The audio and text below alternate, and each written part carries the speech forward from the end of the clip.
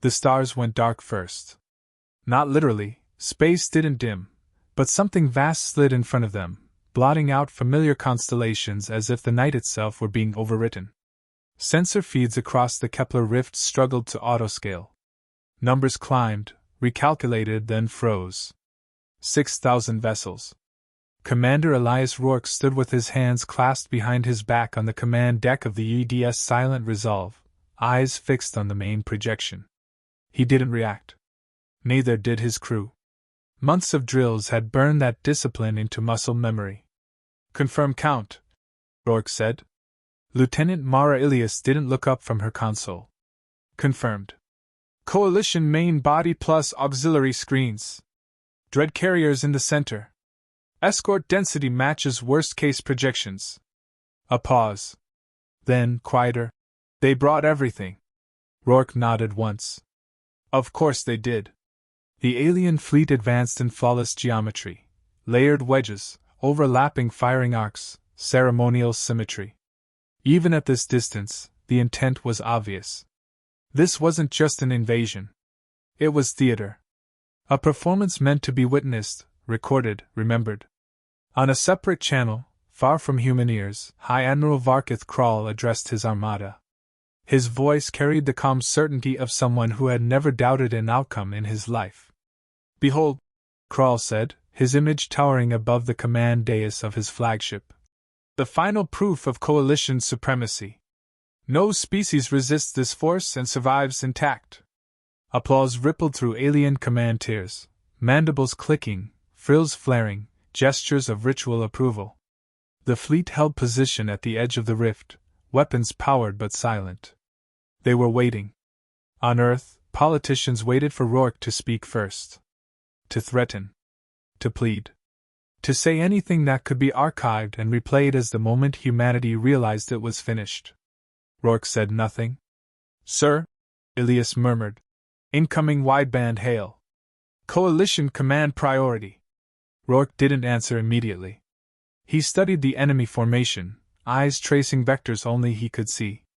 The rift's gravitational shear zones. The sensor shadows. The narrow corridors where physics misbehaved just enough to be useful. "Decline," he said. Elias hesitated half a second, then complied.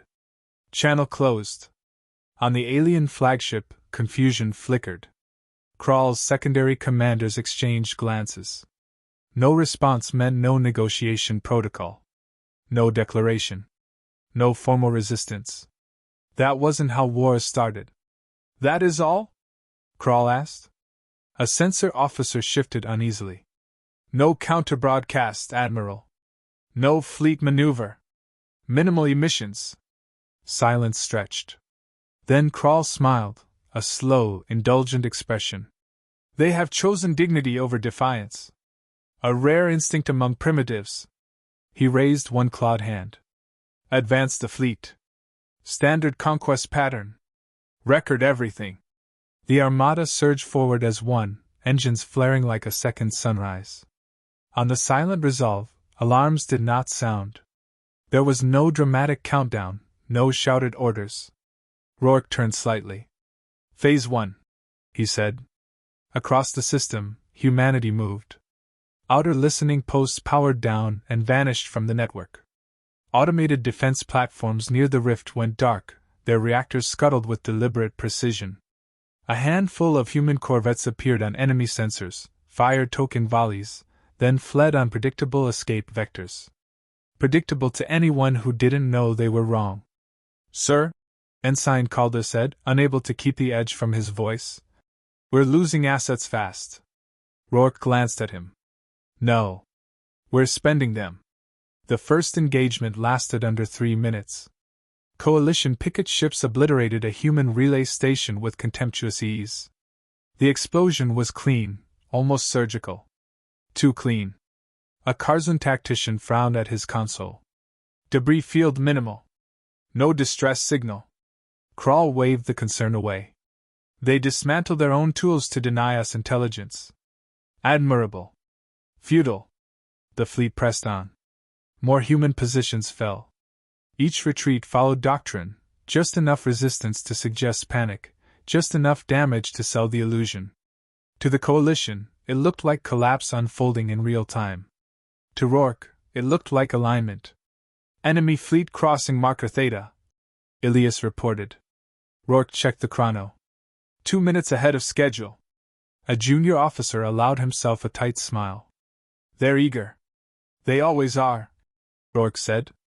The Kepler Rift narrowed ahead, star lanes compressing into a channel that forced even massive fleets to adjust formation. Coalition doctrine compensated by tightening ranks, overlapping shields, concentrating firepower. It was the correct move. It was also exactly what Rourke had planned for. On a secure channel, Captain Hoshino of the Gravesend spoke softly. My group is in position. No visual contact. Hold, Rourke replied. Let them commit. Understood. The Coalition fleet crossed deeper, unaware that several human ships they'd destroyed had never been crewed to begin with. Hollow hulls. Smart wreckage. Carefully shaped signatures designed to teach enemy sensors the wrong lessons. A Coalition sensor officer leaned forward. Admiral, gravitational noise is increasing. Localized distortions. Krall's crest twitched. Natural anomaly? Most likely.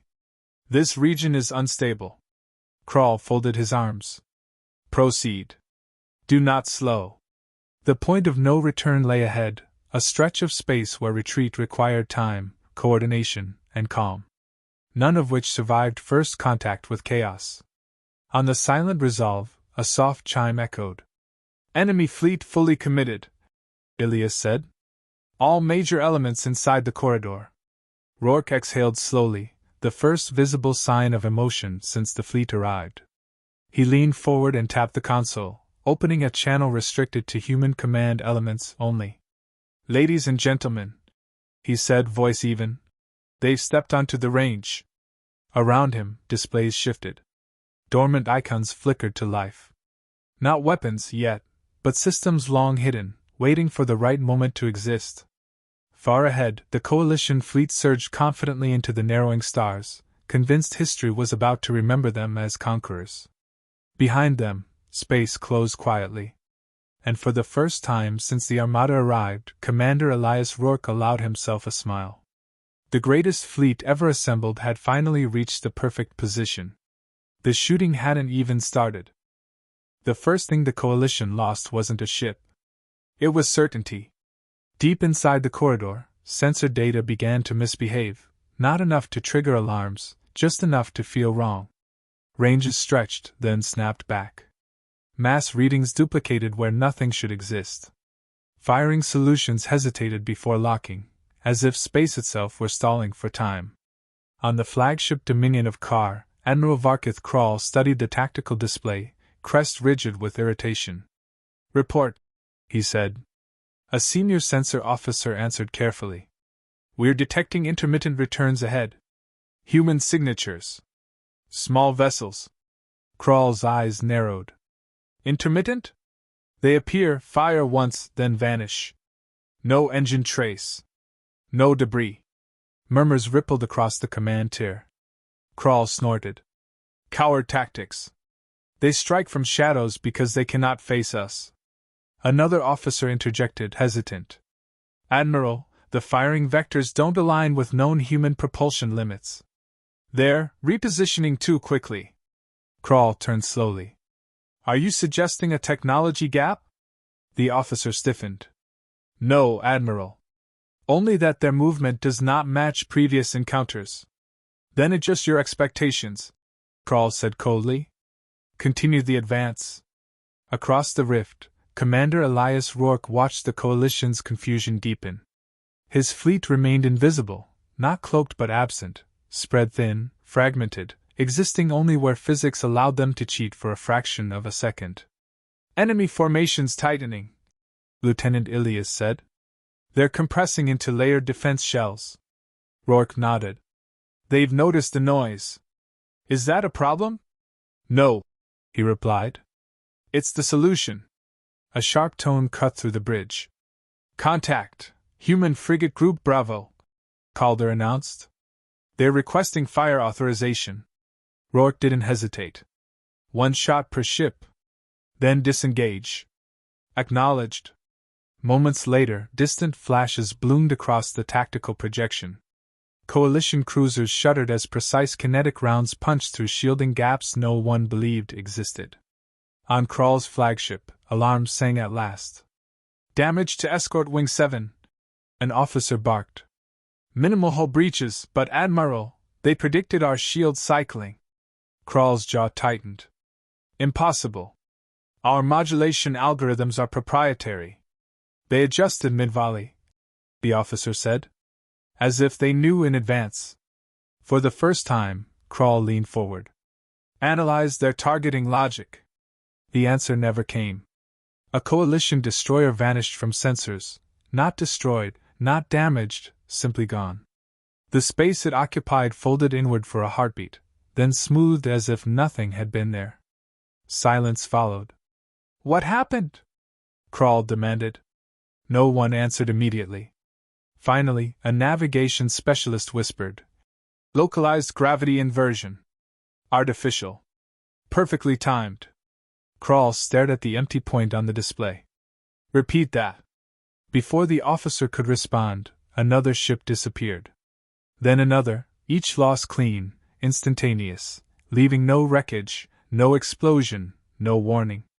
On the silent Resolve, Rourke watched the kill markers light up in controlled succession. Phase corridors holding, Elias said.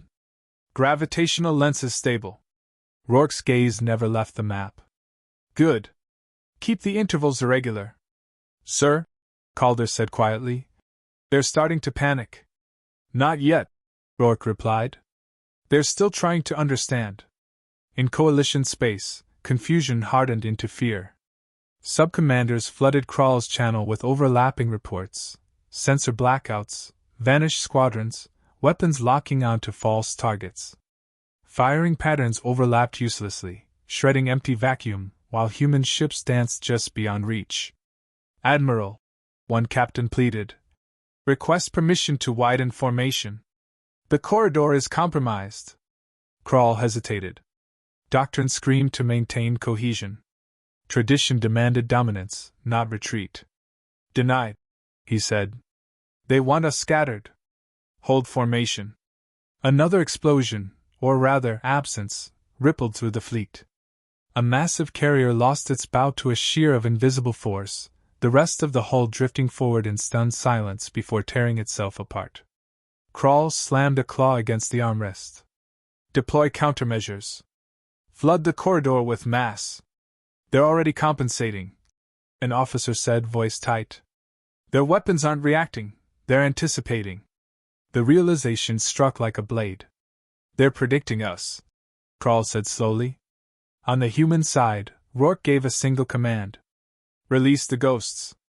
Hundreds of false signatures erupted across coalition sensors, entire fleets where none existed, decoys mimicking human reactors, weapons, life signs. Coalition targeting systems choked, cycling endlessly as threat matrices collapsed under their own weight. Krall's display became a storm of red. This is absurd, he roared. They cannot be everywhere. No, said a quiet voice behind him, his strategic advisor. They don't need to be. Krall turned. Explain. They're not fighting the fleet, the advisor said, eyes wide. They're fighting our assumptions. Another sector winked out. On the silent Resolve, Elias swallowed. Coalition losses exceeding 20%. Command cohesion degrading. Rourke folded his arms. And us? 0 confirmed casualties. A beat passed. Sir? Calder asked. When do we finish this? Rourke's expression hardened, memories flickering behind his eyes, worlds burned, treaties broken, warnings ignored. Not yet, he said. They need to understand why they're losing. He opened a fleet-wide channel. Phase 2, Rourke said calmly. Activate. Across the rift, dormant systems awakened. Not weapons, frameworks. The corridor itself began to change, space folding into deliberate geometry, every exit narrowing, every escape route bending toward prepared endpoints. On Krall's bridge, a final report arrived, stripped of pretense. Admiral, retreat may no longer be possible. Krall stared at the display, at the greatest fleet ever assembled bleeding into nothingness, undone without a single decisive clash. For the first time in his long career, fear displaced pride. He whispered, barely audible, "What are they?" Far away, unseen, Commander Elias Rourke answered the question no one asked. "Human," he said softly. The corridor collapsed inward like a closing fist. Not physically, not in any way coalition physics could label, but functionally. Every projected escape vector bent toward the same invisible walls. Engines burned hotter, then throttled down as on-board systems struggled to reconcile commands with reality. On the Dominion of Kar, High Admiral Varkith Krall stood rigid, surrounded by cascading failure alerts.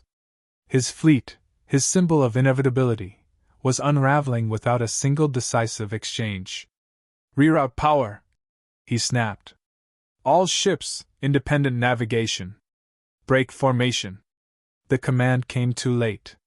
Human frameworks activated fully, not as weapons but as conditions.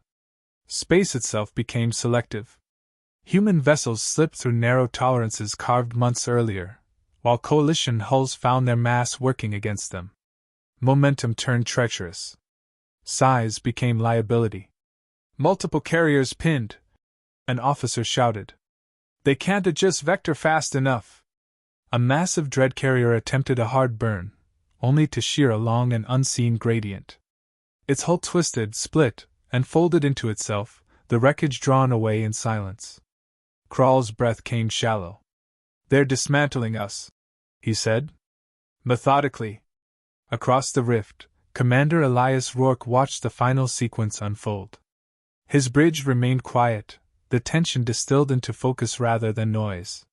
"Phase corridors stabilizing," Lieutenant Elias reported. "Enemy fire is scattered.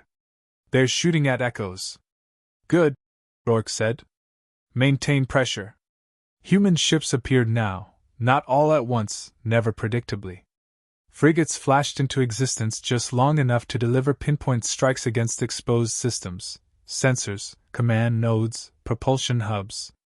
Nothing wasted. Nothing dramatic. Coalition targeting struggled to keep up. Weapons discharged at decoys, at afterimages, at empty coordinates already abandoned. Every return volley arrived seconds too late. On the Dominion, Krall slammed his claws into the rail. "Find their command ship." A junior officer swallowed. "We can't. There's no central node." Krall froze. "No command structure?" "They're operating distributed. Every unit autonomous, but coordinated. If we destroy one, they adapt." Krall finished, horror dawning. "They plan for loss." "Yes, Admiral." Another report arrived, stripped of embellishment. "Fleet integrity below 30%. Krall stared at the projection, at symbols blinking out one by one. "Open a channel to Earth." On the silent resolve, the request appeared. Rourke regarded it for a moment, then nodded. "Accept." "Audio only." Krall's voice filled the bridge, no longer ceremonial, no longer certain. "This conflict has exceeded its mandate," Krall said. "We propose cessation. Terms can be." "No," Rourke replied calmly. Silence followed. "You misunderstand," Krall said. "You have proven your capability. The Coalition will remember this." "That's the point," Rourke said. "But not the way you think." Outside, the corridor reached full activation. Human kill zones synchronized, not overlapping but sequencing, each loss forcing Coalition survivors into narrower options. Panic shattered cohesion. Orders contradicted one another. Ships collided while attempting desperate maneuvers. Krall's fleet wasn't destroyed in a single moment. It was reduced. One cruiser attempted a blind jump, tearing itself apart as spacetime rejected the transition. Another spun helplessly as its inertial dampers failed, drifting into a gravitational seam it couldn't escape. On the silent resolve, Calder exhaled shakily. "They're running." Rourke shook his head. "They're flailing. Remaining hostile vessels under 10%. Elias said. Most are combat ineffective. Rourke straightened. Prepare final transmission. The human fleet paused, not out of mercy, but intent. Rourke opened a wideband channel, unencrypted, addressed not just to the survivors but to every listening array beyond the rift. This is Commander Elias Rourke of the United Earth Defense Forces, he said. His voice carried no triumph.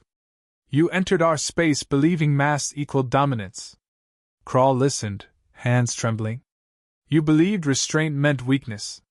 Silence meant fear. Rourke continued. You were wrong. Behind him, the last coalition carrier vanished, folded cleanly into a gravity well designed for that single purpose. We did not meet you in battle, Rourke said. We positioned you. Krall closed his eyes. This engagement is concluded, Rourke finished. Withdraw what remains. If you return with another fleet, we will not repeat this lesson. The channel closed. On the Dominion of Kar, emergency lights flickered. Of 6,000 vessels, fewer than 300 remained functional. None held formation. None held certainty. Krall sank into his command seat, the weight of history pressing down. They never intended to fight us, he whispered. They intended to use us. His advisor nodded slowly. As proof. Across the rift, human ships faded from view, slipping back into absence as the corridor relaxed, space returning to something resembling normality. On the silent resolve, Elias finally allowed herself to breathe. Casualty report finalized. 0 losses. Rourke closed his eyes for a brief moment, not in celebration but release. Send recovery drones, he said. Then disengage all active frameworks. Calder hesitated. Sir, the galaxy will talk about this for centuries. Rourke looked out at the stars, now quiet again. They already do, he said. They just didn't know the language. The Kepler Rift fell silent, littered with the remnants of a fleet that arrived seeking conquest. They left behind something far more valuable. Understanding. They had called it their greatest fleet. Humanity had called it target practice.